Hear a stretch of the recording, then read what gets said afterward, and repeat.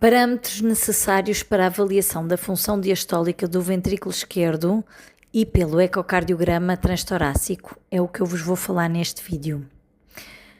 As medições base relacionadas com a avaliação da função diastólica incluem o fluxo transmitral, o TDI do anel mitral, o volume da aurícula esquerda, a velocidade pico da regurgitação tricúspide, o fluxo da veia pulmonar, o tempo de relaxamento isovolumétrico e o strain global longitudinal do ventrículo esquerdo.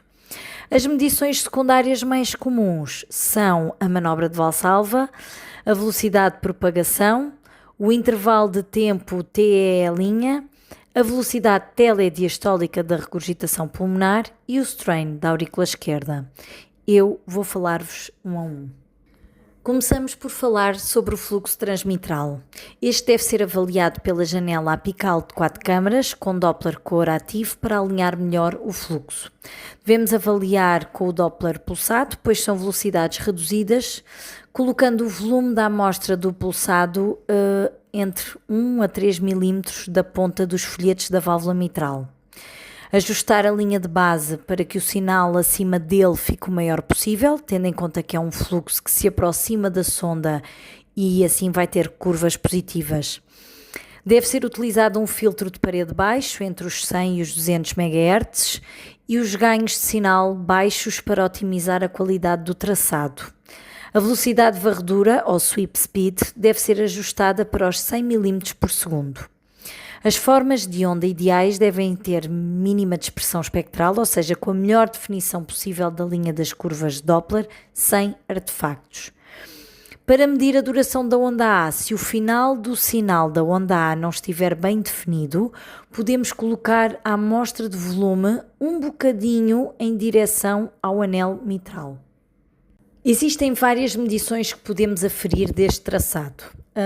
Uma é a velocidade de pico da onda E, calculada em centímetros por segundo, que representa a velocidade diastólica de enchimento rápido, medida após a onda T do eletrocardiograma.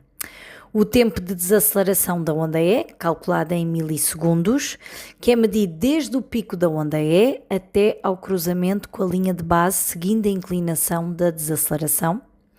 A velocidade do pico da onda A, em centímetros por segundo, que representa a velocidade diastólica tardia desencadeada pela contração auricular, medida após a onda P do eletrocardiograma. A relação EA, que é a relação entre a velocidade do pico da onda E e da velocidade do pico da onda A. E, por fim, a duração da onda A, quando aplicável, em milissegundos, que é o intervalo de tempo do início ao fim do sinal da onda A na linha de base. A aquisição do Doppler decidular no anel mitral deve ser feita usando a janela apical de 4 câmaras com o preset do TDI, ajustado para detectar sinais de baixa velocidade e alta amplitude. Então posicionamos o volume da amostra, deve ser ajustado para ter entre 5 a 10 mm e colocamos-lo nos locais de inserção septal e lateral dos folhetos mitrais. O volume maior da amostra garante a captação completa do movimento do anel durante a sístole e a diástole. O ângulo entre o movimento do anel e o cursor deve ser o mais paralelo possível para reduzir erros de medida. Ajustamos a linha de base e a escala de velocidade para que o traçado espectral fique grande e bem visível, com sinais acima e abaixo da linha zero. Devemos configurar a velocidade de varredura, sweep speed, para 100 mm por segundo e as curvas no gráfico devem ser nítidas com o menor número de artefactos. Nestas curvas devemos medir a velocidade de pico da onda E' em centímetros por segundo, que representa a velocidade diastólica precoce do anel mitral, refletindo assim o relaxamento do ventrículo esquerdo. A velocidade de pico da onda A', em centímetros por segundo, que representa a velocidade diastólica tardia do anel, refletindo a contribuição auricular. O software dá automaticamente a relação E' se o pico da onda E mitral já tiver sido calculado. Esta relação entre o pico da onda E do fluxo transmitral e a velocidade E' do Doppler decidular é importante para estimar pressões de enchimento do ventrículo esquerdo e fornece uma estimativa mais representativa do relaxamento global do ventrículo esquerdo. Pontos-chave. Estas medições são fundamentais para diferenciar padrões de disfunção diastólica, estimar pressões de enchimento e estratificar o risco em diversas cardiopatias. A aquisição do volume indexado da aurícula esquerda deve ser feita usando as janelas apicais de 4 e 2 câmaras, otimizando cada uma especificamente para a aurícula esquerda. Devemos evitar o encurtamento da aurícula. Para isso, ampliamos ao máximo a largura da base da aurícula esquerda, ao nível do anel mitral, e o comprimento do eixo longo da cavidade auricular. Para evitar o encurtamento, também é recomendável inclinar levemente o transdutor para a frente, ou seja, fazer um tilt anterior, até visualizar claramente as veias pulmonares a entrar na aurícula. A volumetria deve ser feita com o traçado do endocárdio auricular ao longo de toda a parede, partindo do anel lateral até o anel oposto. Em telesístolo, 1 ou 2 frames antes da abertura da válvula mitral, que é quando a aurícula esquerda atinge o seu maior volume. Para medir o volume, deve ser traçado o contorno interno da aurícula esquerda, excluindo as veias pulmonares e o apêndice auricular, que por vezes aparece na incidência apical 2 câmaras. Após o traçado do endocárdio, surge um cursor automaticamente para medir o comprimento da aurícula esquerda, que vai do centro do anel mitral até ao centro da parede superior da aurícula esquerda. Deve sempre ser confirmado se os comprimentos do eixo longo nas duas vistas, em apical 4 câmaras e 2 câmaras, diferem no máximo em 5 mm. Isto garante que as imagens não são encurtadas. Normalmente o aparelho indexa o volume à superfície corporal automaticamente, mas se não o fizer, é só dividir o volume calculado em mililitros pela superfície corporal. O volume indexado da aurícula esquerda é um bom marcador de disfunção diastólica crónica, remodelamento auricular e risco de eventos cardiovasculares. A sua aquisição precisa e a correção para a superfície corporal são essenciais para a interpretação clínica. A aquisição da velocidade do pico da regurgitação tricúspide deve ser feita usando qualquer janela que permita alinhar o jato de refluxo tricúspide paralelo ao feixe de ultrassom, confirmado com imagens Doppler-Core. As incidências mais frequentes são para esternal eixo curto, o apical 4 câmaras e a janela subcostal. Devemos alinhar cuidadosamente o cursor do Doppler contínuo ao jato da regurgitação para reduzir o ângulo e obter medições precisas. Devemos também ajustar a linha de base e a escala de velocidade para que o traçado da curva fique visível. Devemos optimizar as configurações dos ganhos para obter um traçado da curva claro, com um perfil completo e o mínimo de artefactos. E a velocidade de varredura, ou sweep speed, deve ser configurada para um intervalo entre 50 a 100 mm por segundo para melhor resolução temporal. A velocidade do pico da regurgitação tricúspide deve ser feita no ponto de maior velocidade da curva do jato regurgitante. Tendo em conta a variação respiratória característica dos fluxos das válvulas direitas, deve ser feita uma média de pelo menos 3 ciclos para pacientes em ritmo sinusal e 5 ciclos em pacientes em ritmo de fibrilhação auricular, para assim reduzir a variação respiratória. A velocidade pico da regurgitação tricúspide é fundamental para estimar a pressão sistólica da artéria pulmonar e, assim, diretamente as pressões de enchimento do ventrículo esquerdo. O alinhamento paralelo ao jato é essencial para evitar subestimações. A aquisição do fluxo venoso pulmonar deve ser feita utilizando a janela apical de 4 câmaras com Doppler-Core, com o limite de Nyquist reduzido para ajudar a identificar o fluxo venoso pulmonar, que tem menores velocidades, e alinhar o feixe de ultrassom. Pode ser necessário inclinar o transdutor anteriormente para visualizar as veias.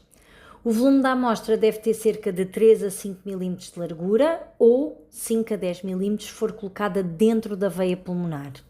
O filtro deve ser configurado para níveis baixos, na ordem dos 100 a 200 MHz, e os ganhos devem ser reduzidos para melhor definição do traçado espectral. A linha de base e a velocidade de escala devem ser ajustadas de forma a que o traçado seja exibido claramente acima e abaixo da linha de base. A velocidade de varredura, sweep speed, deve ser ajustada, como sempre, em 100 mm por segundo. Quando avaliamos o fluxo venoso pulmonar, há várias medições que devem ser feitas. como por exemplo a velocidade do pico da onda S em centímetros por segundo, que representa a velocidade sistólica máxima. Se houver dois picos sistólicos, S1 e S2, devemos medir o segundo pico, S2, para cálculo da relação entre a onda sistólica e a onda diastólica. Devemos medir também a velocidade do pico da onda D em centímetros por segundo, que representa a velocidade diastólica máxima medida logo após a onda T do ECG. A relação entre a onda S e a onda D, a velocidade aproximada do pico da onda AR em centímetros por segundo, que representa a velocidade diastólica tardia após a onda P no eletrocardiograma e corresponde à contração auricular, que pela contração em si faz com que seja um fluxo negativo, pois faz com que o fluxo se afaste pela veia adentro. E por fim, medir a duração aproximada da onda AR em milissegundos, que representa o intervalo do início ao fim da onda AR. O padrão do fluxo venoso pulmonar reflete as pressões de enchimento do ventrículo esquerdo e alterações na compliance auricular e ventricular. A diminuição da razão entre a onda S e a onda D, o aumento da onda D ou prolongamento da onda AR são indicativos de aumento das pressões de enchimento. Para obtermos o TRIV, ou tempo de relaxamento isovolumétrico, devemos utilizar a janela apical, incidência 5 câmaras ou 3 câmaras. Posicionamos o Doppler contínuo ao longo da câmara de saída do ventrículo esquerdo, permitindo visualizar simultaneamente o final da ejeção aórtica e o início do enchimento auricular. O filtro da parede deve ser ajustado para valores baixos, na ordem dos 100 a 200 MHz. Os ganhos devem ser reduzidos para diminuir os artefactos. A linha de base e a escala de velocidade devem ser ajustadas para que o sinal apareça bem definido acima e abaixo da linha de base e que apareça o maior possível na tela. A velocidade de varredura, ou sweep speed, deve ser por volta dos 100 mm por segundo. O objetivo é obter traçados espectrais claros, evidenciando o clique do fecho da válvula aórtica e o início do fluxo do enchimento auricular, na diástole precoce, ou seja, ao início da onda E. Após a obtenção de um gráfico com qualidade, devemos medir o TRIV, que é o tempo medido em milissegundos entre o fecho da válvula aórtica e a abertura da válvula mitral, identificados no traçado espectral pelo final da onda de ejeção aórtica e o início da onda de ejeção mitral. O TRIV é um marcador sensível do relaxamento do ventrículo esquerdo. Um TRIV prolongado indica relaxamento lento, sugestivo de disfunção diastólica precoce, e o TRIV curto sugere um aumento das pressões de enchimento no ventrículo esquerdo. O strain global do ventrículo esquerdo é um marcador sensível de disfunção miocárdica precoce, podendo detectar alterações subclínicas em muitas doenças, mesmo na presença de fração de ejeção preservada. Para calcular o strain global, temos de seguir um protocolo firme, tendo em conta que em grande parte dos laboratórios a análise é feita pós-exame, já não sendo possível corrigir falhas e artefactos que surjam. O strain deve ser avaliado nas 3 incidências apicais, sendo muito importante evitar o encurtamento do ventrículo esquerdo, ou também chamado foreshortening. A aquisição deve ser feita em cada incidência, com alguns cuidados a nível técnico. Então, o aumento dos ganhos bidimensionais é importante para melhorar a definição dos speckles, que são aqueles pontos acústicos rastreados pelo software de strain. A profundidade da imagem deve ser o mais reduzida possível e o setor deve ser o mais estreito possível para obter uma frame rate ideal entre os 40 e os 80 frames por segundo, mas mantendo o ventrículo esquerdo dentro da imagem, incluindo toda a espessura da parede e do ápex, com profundidade a estender-se um pouco para além do anel mitral. Isto garante a captura completa do ventrículo esquerdo ao longo do ciclo cardíaco. A região de interesse, também chamada de ROI, é a zona do miocárdio que vai ser avaliada e deve abranger pelo menos 90% do miocárdio, sem incluir o pericárdio ou o epicárdio. Devemos confirmar sempre a qualidade do traçado eletrocardiográfico para sincronizar o melhor possível. A aquisição de 3 a 5 ciclos cardíacos em cada incidência com frequência cardíaca semelhante entre as aquisições é importante para reduzir a variabilidade. E por fim, se possível, pedir ao paciente para não respirar nem se mexer enquanto fazem a aquisição, de forma a excluir os artefactos respiratórios. O strain global do ventrículo esquerdo é calculado com um software de speckle tracking. A forma de medir depende muito de software para software, de marca para marca, mas na maior parte começamos por definir o timing do fecho da válvula aórtica e da válvula mitral, fazendo a correlação entre o eletrocardiograma e a componente funcional do eco. A identificação da telesístole deve coincidir com o fecho da válvula aórtica. Em seguida, devemos definir a ROI, marcando os 3 pontos-chave da medição, que é o anel mitral septal, a ponta apical e o anel mitral lateral. O software faz um rastreio automático do miocárdio e faz o preenchimento da ROI. Temos sempre a possibilidade de fazer alguns ajustes. Pronto.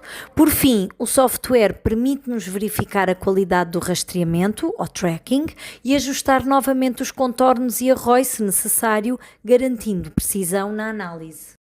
Relativamente às medições secundárias, ou seja, medições que não são de primeira linha e muitas vezes são utilizadas para desempatar quantificações da função diastólica ou são utilizadas em casos clínicos em que as medições de primeira linha são influenciadas por outros fatores, não permitindo assim a utilização das mesmas para a quantificação da função diastólica. Uma das técnicas mais antigas na avaliação da função diastólica é a manobra de Valsalva. Quando a aquisição do fluxo transmitral, que já expliquei atrás como adquirir e medir, devemos orientar o paciente a simular a manobra. Inspirar profundamente e depois forçar a expiração contra a glote fechada, como se empurrasse o ar sem o deixar sair. É importante praticar com o paciente antes do registro. Durante a fase de esforço da manobra, devemos registar continuamente o sinal do fluxo transmitral por 10 a 12 segundos. A velocidade de varrimento deve ser ajustada para os 50 mm por segundo ou menos para visualizar o traçado do fluxo transmitral antes, durante e após o pico de esforço. Deve ser anotado no traçado que foi realizada a manobra de Valsalva para referência futura, ou seja, quando fazem o freeze, têm a hipótese de escrever texto e colocar lá manobra de Valsalva. A manobra é considerada adequada se houver redução maior que 10% na velocidade máxima da onda E em relação ao basal. A manobra de Valsalva deve ser feita em pacientes com padrões de fluxo transmitral com onda E maior que a onda A. Nestes casos, uma manobra de Valsalva positiva dá-se quando a relação EA fica menor do que 1 ou quando se dá um aumento na velocidade da onda A. Isto indica que estamos perante um padrão pseudo-normal de disfunção diastólica com evidência de disfunção diastólica mascarada em repouso. Uma manobra de Valsalva negativa dá-se quando a relação EA se mantém maior que 1, ou seja, não havendo alteração significativa do padrão de enchimento durante a manobra, sugerindo um padrão de enchimento normal ou padrão restritivo fixo. A manobra de Valsalva ajuda a desmascarar padrões pseudonormais de enchimento ventricular, tornando-se uma ferramenta útil para diferenciar entre função diastólica normal e disfunção mascarada em repouso. A velocidade de propagação é medida utilizando duas técnicas ecocardiográficas, o Doppler-Core e o modo M. Deve ser avaliada pela janela apical de 4 câmaras, colocando o setor da cor na câmara de entrada da válvula mitral. O cursor do modo M deve ser posicionado perfeitamente alinhado com a direção do fluxo de enchimento transmitral, ou seja, que vai da válvula mitral para o ventrículo esquerdo, garantindo que siga o trajeto do fluxo precoce, ou seja, do fluxo que vai dar origem à onda E. O limite de Nyquist de Doppler-Core deve ser ajustado, a escala de velocidade deve ser reduzida para valores na ordem dos 30 a 40 cm por segundo e a linha de base deve ser ajustada para cima na direção do fluxo para realçar a inclinação diastólica precoce. A velocidade de propagação é obtida medindo a rampa de propagação do fluxo precoce do enchimento ventricular. A medida é feita do nível do anel mitral até 4 cm dentro da cavidade do ventrículo esquerdo, acompanhando esta inclinação da primeira onda de cor, com uma interface vermelho-azul, no modo M colorido. Uma velocidade de propagação reduzida, ou seja, valores menores de 45 a 50 cm por segundo, está associada à alteração do relaxamento ventricular, sendo um marcador de disfunção diastólica precoce. A velocidade de propagação fornece uma estimativa indireta da capacidade de relaxamento do ventrículo esquerdo. Quanto menor a velocidade de propagação, maior a probabilidade de relaxamento ventricular alterado. Não esquecer que deve ser sempre interpretada junto com outros parâmetros, pois fatores como carga volémica e alinhamento do cursor com a cor podem influenciar a medida. O cálculo de tempo de intervalo TEE reflete o deslocamento temporal entre o enchimento transmitral e o movimento do anel mitral, podendo ajudar na avaliação do relaxamento do ventrículo esquerdo e na estimativa das pressões de enchimento. Para calcular este parâmetro, temos que medir o tempo E, em milissegundos, que é o intervalo entre o pico da onda R no eletrocardiograma e o início da velocidade da onda E no Doppler transmitral, e o tempo E', em milissegundos, que é o intervalo entre o pico da onda R no eletrocardiograma e o início da velocidade da onda E' no Doppler decilular. O tempo E é a diferença entre os dois valores, tempo E' menos o tempo E. Os registros de E e E' devem ser feitos em batimentos cardíacos com intervalos RR semelhantes, especialmente importante em arritmias como a fibrilação auricular. Um TEE prolongado sugere maior atraso no relaxamento ventricular, enquanto um valor menor pode indicar aumento das pressões de enchimento, sendo um parâmetro complementar útil quando há discordância entre outros índices da função diastólica. A velocidade diastólica final da regurgitação pulmonar é um marcador indireto do aumento das pressões de enchimento do ventrículo esquerdo, mas deve ser integrada com outros parâmetros, principalmente quando há patologia pulmonar ou valvular que possa interferir na interpretação. A velocidade diastólica final da regurgitação pulmonar deve ser adquirida utilizando qualquer janela que permita alinhar o fluxo da regurgitação pulmonar paralelamente ao feixe de ultrassom confirmado pelo Doppler-Core. Janelas mais comuns é a janela parasternal, nas incidências eixo curto, eixo longo, com angulação para abrir a artéria pulmonar, ou na janela subcostal, curto eixo. Devemos alinhar o cursor Doppler contínuo com o jato de regurgitação, ajustar a linha de base e a escala de velocidades de forma a maximizar a amplitude do sinal de refluxo e devemos optimizar os controlos do aparelho para obter um perfil espectral completo e limpo com o mínimo de artefactos. A velocidade de varredura deve ser ajustada para os 50 a 100 mm por segundo para detalhar o traçado e a velocidade é medida no final da diástole, correspondendo à fase imediatamente antes do início da sístole, quando a pressão no ventrículo direito se aproxima da pressão diastólica final da aurícula esquerda e, por consequência, do ventrículo esquerdo. Valores elevados desta velocidade podem indicar pressões elevadas de enchimento ventricular esquerdo, refletindo aumento da pressão retrógrada na circulação pulmonar. A aquisição do strain da aurícula esquerda é feita através das incidências apical 4 câmaras e 2 câmaras, tal como foi descrito para a avaliação do volume da mesma. Os ganhos e a compressão devem ser reduzidos para obter um contorno nítido da aurícula, com boa delimitação entre o sangue e a parede da aurícula, minimizando os artefactos. O setor deve ser o mais estreito possível para aumentar a frame rate, idealmente deve ser entre os 50 a 70 frames por segundo, mas sempre com o cuidado de manter a cavidade na sua totalidade dentro do setor. O eletrocardiograma tem que ter boa qualidade técnica, com uma onda P bem visível, e usar método de gatilho RR para obter as fases de strain, reservatório, conduto e contractilidade da aurícula esquerda.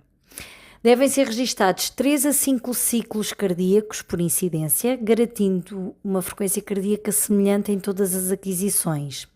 Deve ser escolhido o software específico de strain para a aurícula esquerda, traçando a parede auricular nas incidências apicais, excluindo as veias pulmonares e o apêndice auricular. Por fim, deve ser confirmado se o tracking segue o contorno interno do anel mitral em cada ponto, acompanhando a borda do tecido da aurícula esquerda, extrapolando a fossa oval, o apêndice auricular e as veias pulmonares até ao teto da aurícula esquerda. O contorno deve ser ajustado se necessário. As medições do strain auricular são o strain de reservatório da aurícula esquerda, que é o valor do strain máximo positivo durante a sístole ventricular, correspondendo à fase de reservatório da aurícula esquerda. O strain de conduto da aurícula esquerda, medido em ritmo sinusal, como sendo 0 menos o valor do início da contração auricular pré-onda A, no eletrocardiograma, onde 0 é o strain no fim da diástole, que é o valor negativo. E o strain contractile, ou booster pump da aurícula esquerda, que é o valor, corresponde a 0 menos o valor de strain medido na contração auricular, também ele negativo, refletindo a fase de conduto. O strain da aurícula esquerda fornece informações sobre a função da aurícula esquerda, como reservatório, conduto e bomba contrátil, sendo útil para identificar alterações subclínicas da função diastólica e prever riscos de eventos como fibrilação auricular. Vamos agora falar um pouco sobre os fatores que influenciam os parâmetros diastólicos ecocardiográficos. Velocidade da onda E. A velocidade da onda E mitral é um parâmetro influenciado pela velocidade do relaxamento do ventrículo esquerdo e pela pressão da aurícula esquerda. É um parâmetro relativamente fácil de medir, tem alta reprodutibilidade, mesmo em diferentes operadores. Uma curiosidade, nos pacientes com miocardiopatia dilatada e fração de ejeção reduzida, como é característico, as velocidades mitrais apresentam melhor correlação com pressões de enchimento do ventrículo esquerdo, classe funcional e prognóstico do que a própria fração de ejeção. Mas tem algumas limitações em pacientes com doença coronária ou miocardiopatia hipertrófica e fração de ejeção preservada. As velocidades transmitrais não se correlacionam tão bem com as pressões de enchimento do ventrículo esquerdo. É mais difícil de aplicar em casos de pacientes com arritmias, pela variabilidade dos intervalos RR. Depende muito da pré-carga, variações no volume intravascular afetam diretamente as medidas e depende da idade. Há tendência de redução da velocidade da onda E com o avançar da idade, mesmo em corações normais. A velocidade da onda E mitral é um parâmetro simples, mas não deve ser interpretado isoladamente, sobretudo em populações específicas como doença coronária, miocardiopatia hipertensiva, idosos, pacientes com arritmias, devendo sempre ser combinada com outros parâmetros. A velocidade da onda A mitral. Este parâmetro representa o gradiente de pressão da aurícula esquerda entre o ventrículo esquerdo durante a contração auricular e é influenciada pela compliance ventricular e pela função contráctil da aurícula. É um parâmetro fácil de medir e é reprodutível. No entanto, em pacientes com taquicardia sinusal, bloqueio auriculoventricular de primeiro grau ou ritmo de pacemaker, pode ocorrer fusão das ondas E e A, fazendo com que a onda A seja artificialmente aumentada. Em pacientes com fibrilação auricular não pode ser calculado, pois não existe contração auricular e assim não está presente a onda A. E tal como a onda E, depende da idade, aumenta com o envelhecimento. A relação entre a onda E e a onda A mitral, juntamente com o tempo de desaceleração, auxilia na identificação de padrões de enchimento e diferencia entre normal, alteração do relaxamento, padrão pseudonormal e padrão restritivo.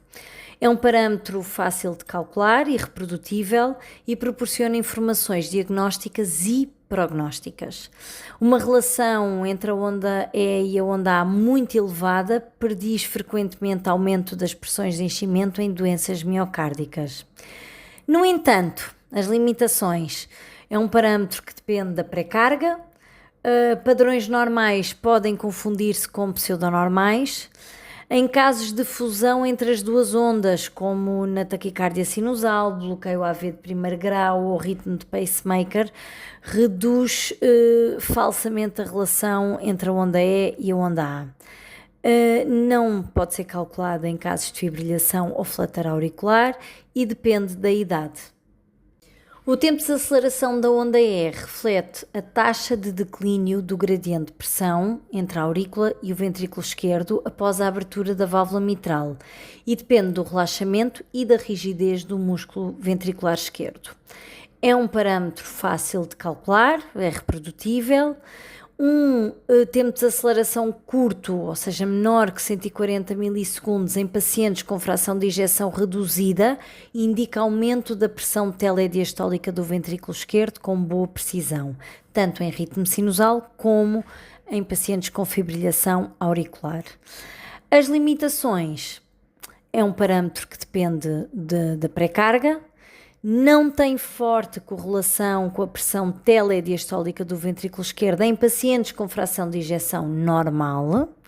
Se houver fusão entre a onda E e a onda A, nos casos anteriormente ditos, a medição é imprecisa e depende da idade, aumenta com o envelhecimento e é inaplicável no flutter auricular.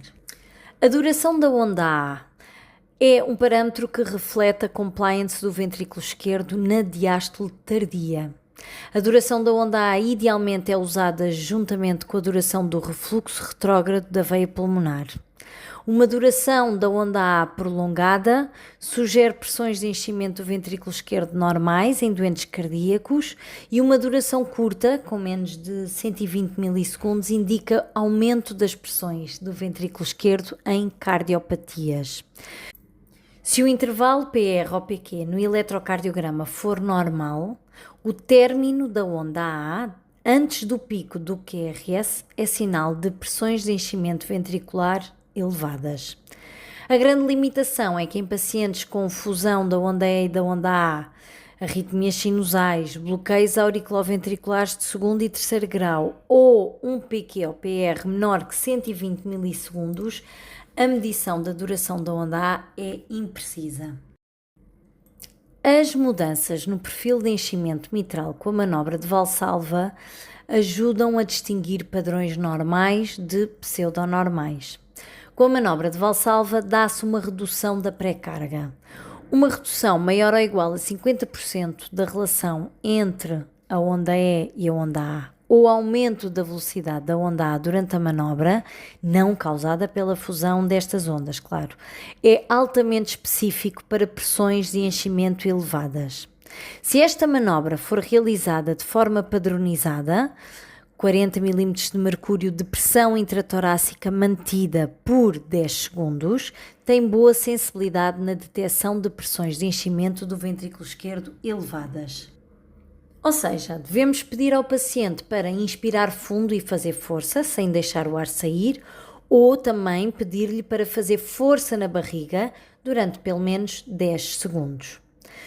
Mas nem todos os pacientes conseguem realizar adequadamente.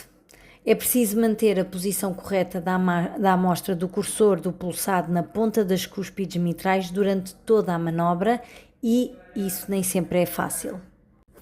A velocidade da onda L mitral representa um perfil trifásico do fluxo transmitral, sendo a onda L uma onda entre a onda E e a onda A, e indica atraso no relaxamento ventricular com pressões de enchimento elevadas. Pode também aparecer no Doppler decidular entre as ondas E' e A'. Quando presente em miocardiopatias, é específica para pressões de enchimento do ventrículo esquerdo elevadas.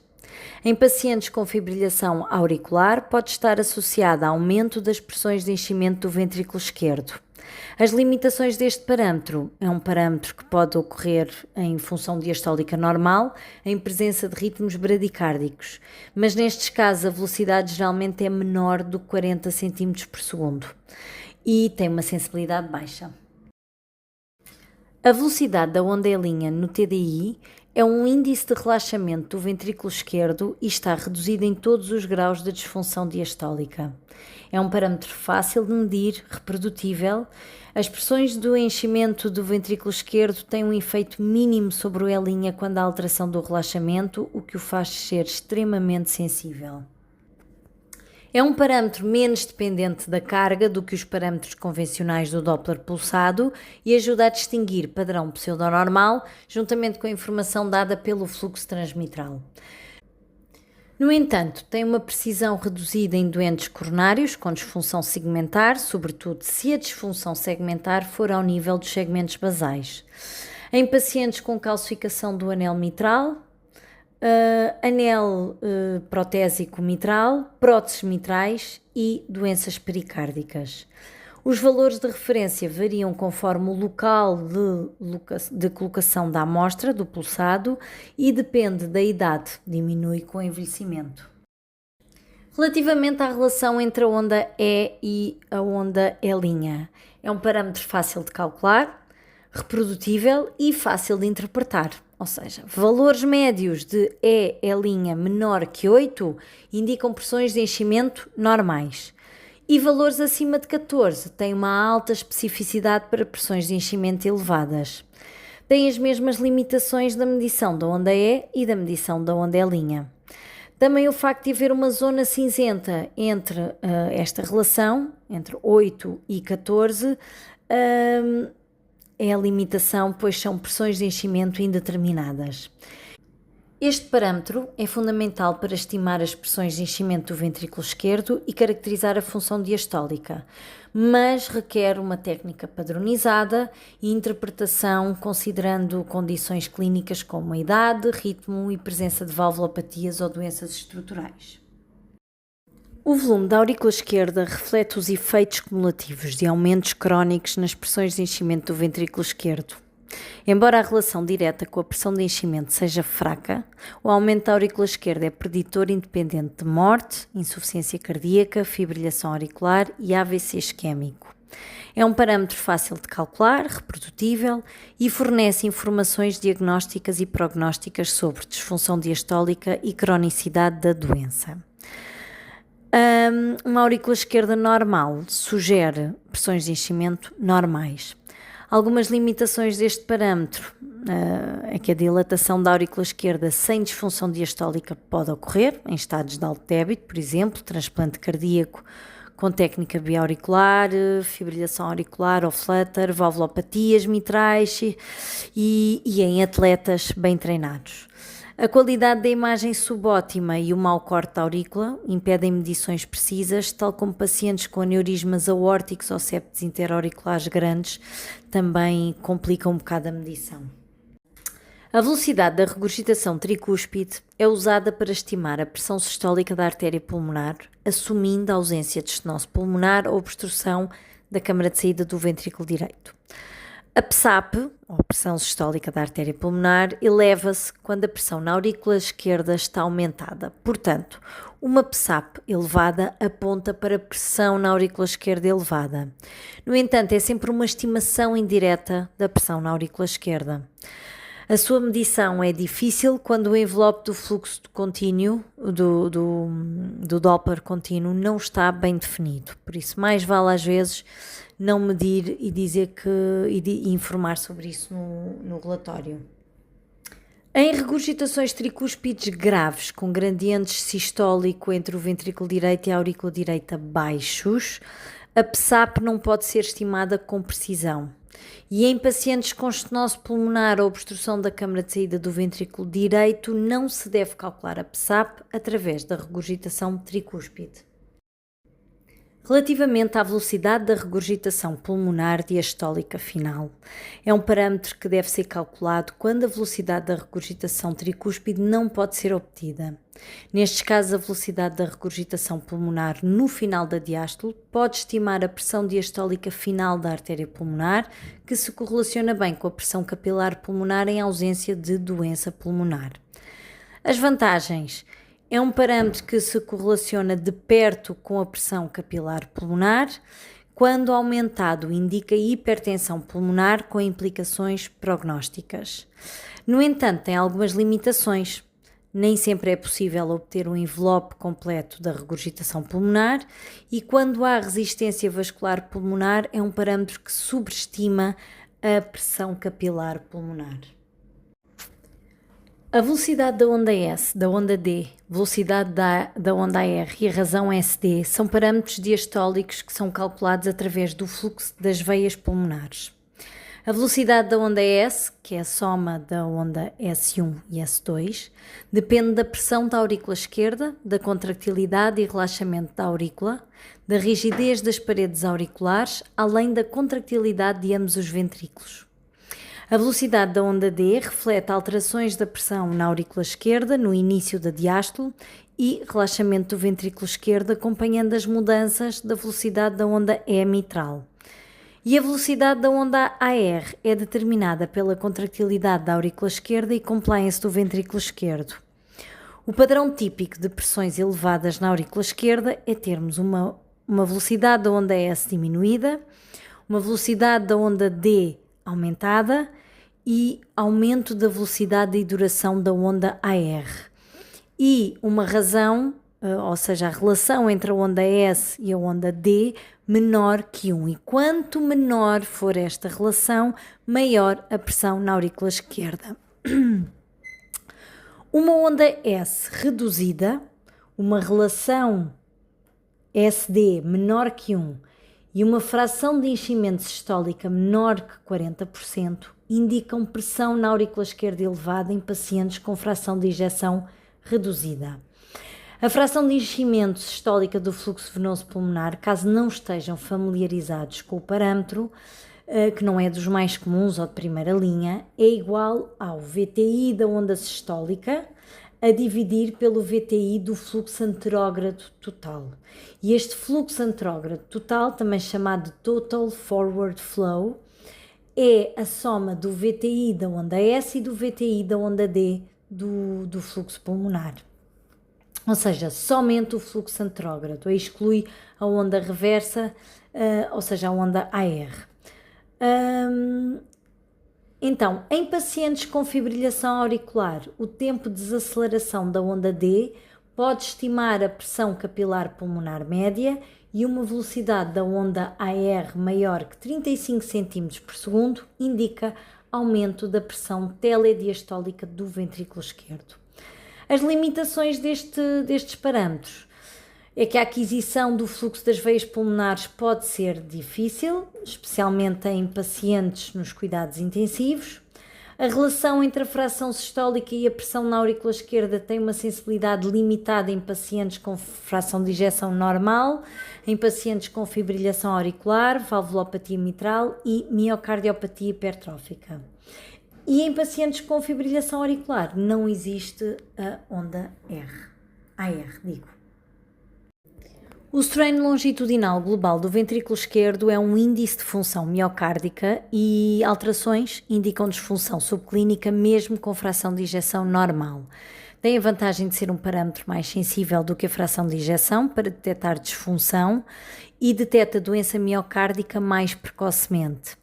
Requer software específico, não estando disponível em todos os centros e varia muito entre fornecedores. A má qualidade de imagem inviabiliza o seu cálculo e é um parâmetro dependente da pré-carga. A velocidade de propagação e a relação da onda E com a velocidade de propagação. A velocidade de propagação é um parâmetro relacionado com o relaxamento do ventrículo esquerdo, ou seja, quanto mais lento o relaxamento, menor a velocidade de propagação, e a relação E-VP correlaciona-se diretamente com a pressão da aurícula esquerda. As vantagens, relativamente independente da pré-carga, a velocidade de propagação é confiável em ventrículos esquerdos dilatados e com fração de ejeção reduzida, ajuda a distinguir padrão pseudonormal de padrão normal e a relação E-VP maior ou igual a 2,5 prevê pressão dos capilares pulmonares acima dos 15 mm de mercúrio com boa exatidão em frações de ejeção reduzidas. No entanto, em pacientes com ventrículo esquerdo normal e pressões de enchimento aumentadas, a velocidade de propagação pode ser falsamente normal. A pseudonormalização da velocidade de propagação ocorre em ventrículos esquerdos pequenos e hipertrofiados e é preciso ter em conta que um alinhamento subótimo entre um cursor de modo M para calcular a velocidade de propagação e o fluxo mitral para calcular a onda E pode gerar erros.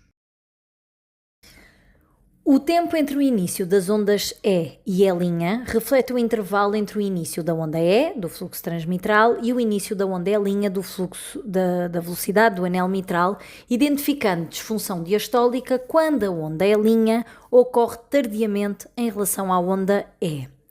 As vantagens: ajuda a distinguir padrão de função diastólica pseudonormal de padrão normal. E a razão do tempo de relaxamento isovolumétrico sobre o tempo entre o início das ondas E e E' estima pressões de enchimento em indivíduos normais e pacientes com doença valvular mitral e pode diferenciar miocardiopatia restritiva, em que tem um tempo prolongado, de pericardite constritiva, que tem um tempo não prolongado.